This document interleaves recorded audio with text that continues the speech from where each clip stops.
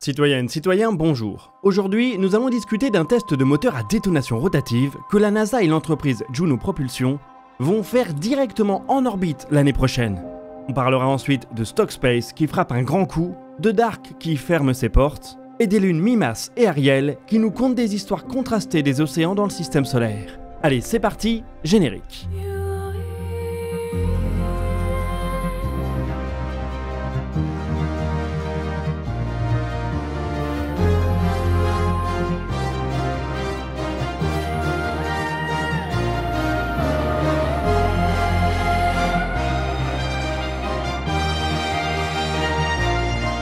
Bienvenue dans DNDE, l'émission qui vous résume l'actualité spatiale tous les mardis à 18 h.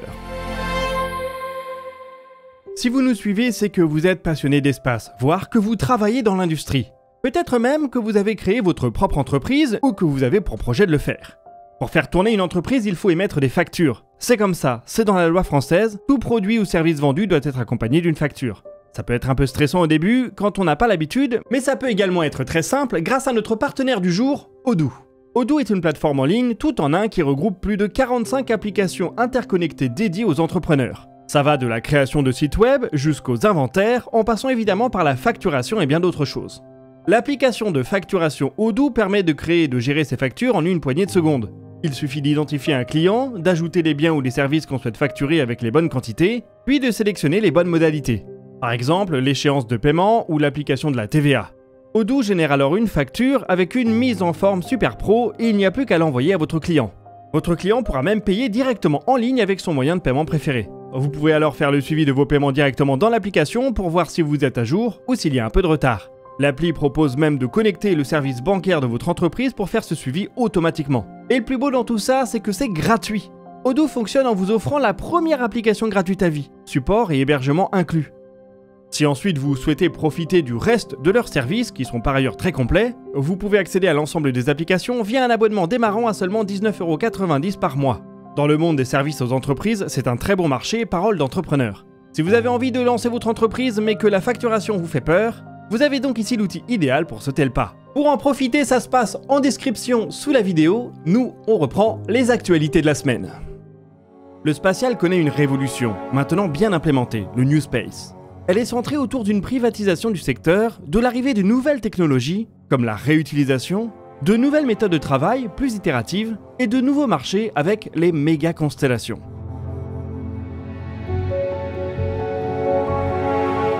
Malgré tout ce changement, il y a une chose qui a un peu changé, les technologies de propulsion.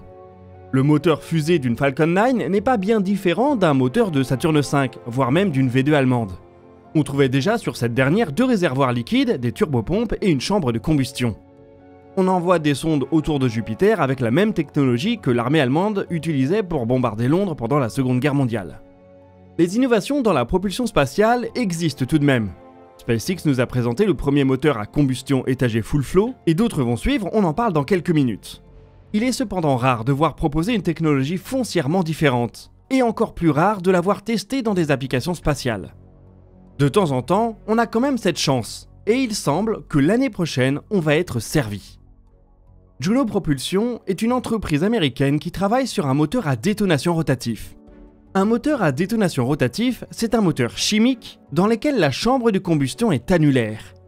La combustion est entretenue par un front de détonation qui parcourt la chambre à très grande vitesse. Cela permet, en théorie au moteur, d'opérer à plus basse pression, et donc sans turbopompe. Un gain d'efficacité énorme. Un moteur à détonation rotative pourrait ainsi être 10 à 15% plus efficace qu'un moteur fusée classique.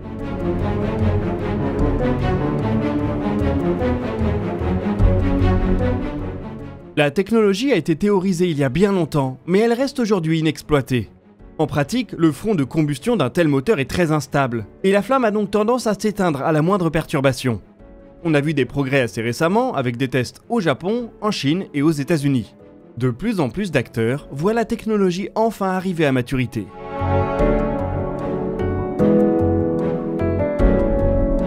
Dans ce cadre, la NASA a décidé de tester directement en orbite le moteur développé par Juno Propulsion. La mission aura lieu l'année prochaine. Le 9 octobre, l'agence spatiale américaine a annoncé qu'elle avait retenu l'entreprise Momentus pour intégrer le moteur sur son vaisseau Vigoride. On va donc avoir un moteur à détonation rotative directement intégré sur un banc d'essai orbital. Idéalement, il faudrait pouvoir obtenir des mises à feu longues de plusieurs dizaines de secondes pour valider la technologie. Les moteurs à détonation rotative pourraient alors s'inviter dans des moteurs orbitaux ou éventuellement des étages supérieurs de lanceurs, où leur efficacité améliorée brillerait le plus.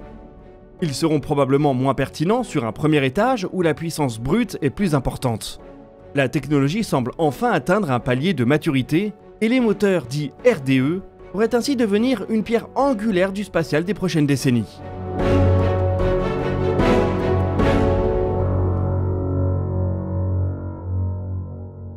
Quand on parle du New Space, on pense tout de suite à SpaceX. C'est presque pour eux que le terme a été inventé. Bien d'autres entreprises entrent dans la catégorie, mais aux États-Unis, personne n'est encore en mesure de s'aligner. Le petit poucet est devenu un géant et ne semble pas vouloir ralentir la cadence. SpaceX vient de nous faire une belle démonstration pour le vol 11 du Starship. Le programme est plus proche d'une architecture opérationnelle que jamais. Le plan de vol était à peu près le même que celui du vol 10. Super Heavy a améri dans le golfe du Mexique et Starship à l'ouest de l'Australie. Le booster Super Heavy avait déjà volé pour la mission 8. Seuls 9 de ses moteurs ont été changés, donc 24 d'entre eux avaient déjà une mission complète au compteur. Comme lors du vol précédent, un Raptor a été rallumé en quasi-orbite et des simulateurs de Starlink ont été libérés. Du côté des nouveautés, on note un nouveau profil d'atterrissage pour Super Heavy avec 5 moteurs mis en marche sur la phase finale contre 3 auparavant. Starship a pour sa part réalisé une manœuvre atmosphérique pour simuler le profil de vol d'une rentrée vers Boca Chica. C'était le dernier vol d'une version V2 du vaisseau. Le prochain vol d'essai mettra en œuvre la version V3 de l'architecture qui devrait notamment faire 1,40 m de plus. De quoi gagner des réservoirs un peu plus grands et donc une capacité plus intéressante vers l'orbite. Le prochain vol sera donc particulièrement intéressant. Les premiers vols de la V2 avaient connu pas mal de problèmes, on verra si ce passage à une nouvelle version se fait avec un peu moins de heurts.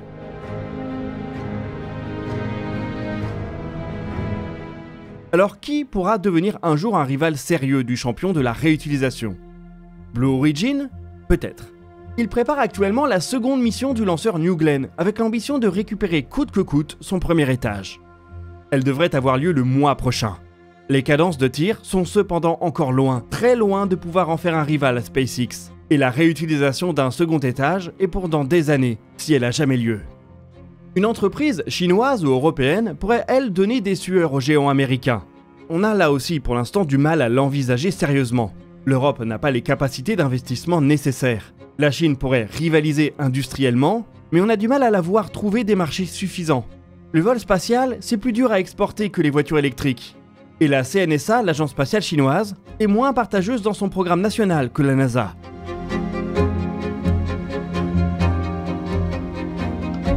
Aux États-Unis, il y a cependant un candidat qu'on aime bien sur cette chaîne. On en a déjà beaucoup parlé et je crois que vous allez continuer à nous entendre à leur sujet. Il s'agit de Stuckspace, l'entreprise qui a choisi de faire un second étage réutilisable sans copier SpaceX. L'innovation principale de Stuckspace se trouve dans un second étage trapu, dont la partie inférieure est à la fois une rampe aérospike et un bouclier thermique actif. On a réalisé 2 vidéos dédiées à leur sujet, je vous renvoie donc vers elles pour comprendre leurs idées, qui sont très originales. L'actualité qui va nous intéresser aujourd'hui est financière. Stuckspace vient d'annoncer la levée de 510 millions de dollars. De quoi les faire rentrer dans la cour des grands. Ils n'ont pas encore les moyens de se battre à armes égales avec SpaceX et Blue Origin, mais cela peut les placer en face de Relativity Space ou de Rocket Lab. Une sorte de second tiers du New Space américain où se concentrent, à mon humble avis, les idées les plus passionnantes. Pour Stuckspace, cette nouvelle manne financière va permettre de préparer le premier vol de la fusée Nova, prévu pour l'année prochaine. L'entreprise a déjà partagé plusieurs vidéos d'essais moteurs, que ce soit l'impressionnant anneau du second étage ou le moteur à combustion étagé full flow du premier, développé à vitesse éclair.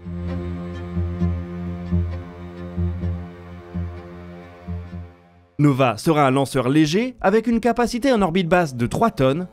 Elle doit cependant vite devenir entièrement réutilisable, ce qui la rendra singulièrement différente de la compétition. Elle devrait rapidement se trouver juste en face de la Neutron de Rocket Lab et de la Terran Air de Relativity.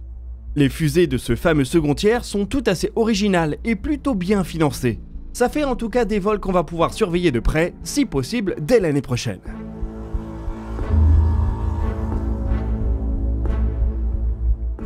Avec tous ces nouveaux entrants, on oublierait presque les acteurs historiques du spatial américain, et notamment ULA, la co-entreprise de Boeing et Lockheed Martin, qui s'occupait d'une grande partie des vols du pays il y a encore 15 ans. Elle opère aujourd'hui 2 lanceurs, l'Atlas V, qui prendra sa retraite dans 12 lancements, et la Vulcan Centaur, qui doit prendre le relais. Cette dernière a pour le moment réussi toutes ses missions, ce qui est rare pour un nouveau lanceur lourd. Elle vole cependant parcimonieusement, avec seulement un décollage en 2025. Et peut-être encore 1 ou 2 autres sur la fin d'année. Bref, ULA vit essentiellement sur les contrats du Pentagone. L'entreprise permet de réduire la dépendance de l'armée américaine à SpaceX, quitte à payer le prix fort. La semaine dernière, la Space Force a ainsi passé de nouveaux contrats avec les 2 entreprises, 714 millions de dollars à SpaceX pour 5 lancements et 428 millions de dollars à ULA pour 2 lancements. Des chiffres qui feraient rêver les acteurs européens. ULA est significativement plus cher que SpaceX rapporté au coût par lancement. Et ce chiffre augmente. En 2023, les contrats de la Space Force payaient la Vulcan Centaur 119 millions par décollage. Ce nouveau contrat vient presque doubler ce chiffre, alors qu'en comparaison, la tarification offerte à SpaceX reste sensiblement la même. C'est encore une fois un signe de la difficulté pour de nombreux acteurs de s'aligner sur les prix de SpaceX. Il leur est difficile de survivre en dehors des contrats gonflés des armées américaines. Ce sera d'ailleurs une métrique intéressante à regarder pour la nouvelle génération. Quel pourcentage de leur vol est dédié aux armées et à la NASA, et quelle part revient aux vols commerciaux? C'est peut-être le meilleur moyen d'évaluer leur résilience sans un fort soutien institutionnel.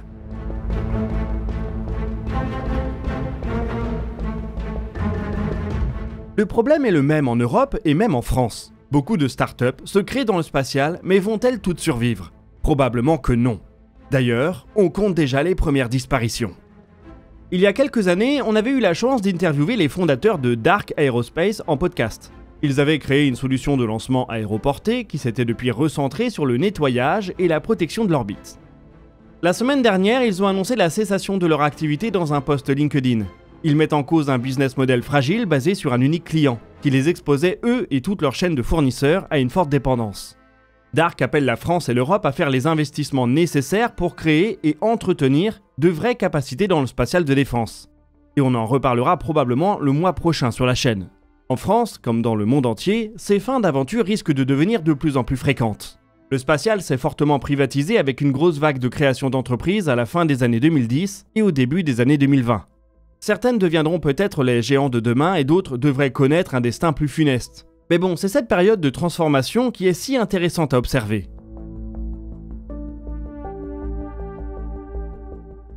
La semaine dernière, on a discuté de la lune Encelade de Saturne. Elle possède certainement un océan global sous sa croûte de glace, et ce dernier est potentiellement habitable. L'Europe prépare justement une mission qui devrait faire avancer la connaissance de ce satellite, et peut-être donc renforcer l'hypothèse d'une vie locale présente ou passée. Encelade n'est cependant pas la seule dans ce cas.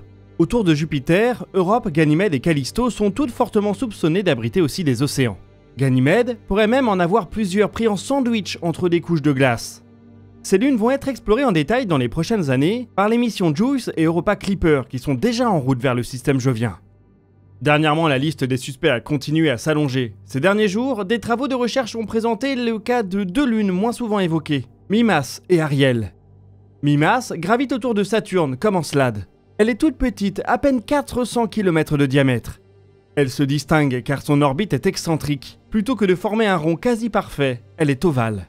Et c'est ce qui pourrait expliquer son océan. Les forces de marée sont puissantes lorsque la Lune s'approche et s'éloigne de la planète. Une source d'énergie suffisante pour faire fondre la glace à quelques dizaines de kilomètres sous la surface. Ce qui semble également distinguer Mimas, c'est que son océan pourrait être très récent. Son orbite va peu à peu se circulariser et le fait qu'elle soit excentrique en premier lieu est probablement lié à un événement récent. Elle a dû être perturbée voilà 10 à 15 millions d'années. C'est cette perturbation qui a permis à l'océan de fondre. Lorsque l'orbite se circularisera, les forces de marée se feront moins sentir et l'océan de Mimas gèlera à nouveau. On serait donc en présence d'un océan éphémère, le plus jeune de tout le système solaire. Certains modèles ne lui attribuent même que 2 à 3 millions d'années d'existence.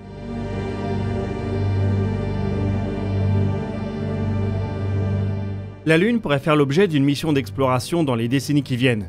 Des équipes sont déjà en train de déterminer de quelle manière on pourrait confirmer son océan. En attendant, autour de Saturne, c'est Titan puis Encelade qui vont faire l'objet d'efforts d'exploration. Plus loin dans le système solaire, la lune Ariel semble avoir un historique presque opposé. Un océan ancien qui serait aujourd'hui gelé. Cette hypothèse est portée par une étude récente qui exploite les photos de Voyager 2 prises en 1986. Elle ne nous montre qu'une partie de la surface de la lune d'Uranus, mais cette dernière apparaît très dérangée, parcourue de longues balafres. En modélisant l'histoire de la lune et notamment ses résonances orbitales passées avec les lunes Umbriel et Miranda, une équipe de chercheurs a prédit que la lune aurait abrité dans son histoire un océan de 170 km de profondeur, aujourd'hui disparu, gelé à nouveau. Ces deux cas nous montrent toute la diversité qu'il faut attendre dans les lunes-océans du système solaire externe. Des systèmes actifs et prometteurs comme Encelade, des océans moins intéressants pour la recherche de la vie, comme ceux de Ganymède, ou des océans éphémères qui n'étaient pas là il y a quelques millions d'années, ou qui ont disparu il y a bien longtemps. En comprenant cette diversité, on devrait pouvoir faire la distinction entre les lunes intéressantes pour l'exobiologie et celles qui ne le sont pas, avec à la clé une chance de concentrer toujours mieux nos efforts pour tenter de trouver la vie ailleurs dans le système solaire.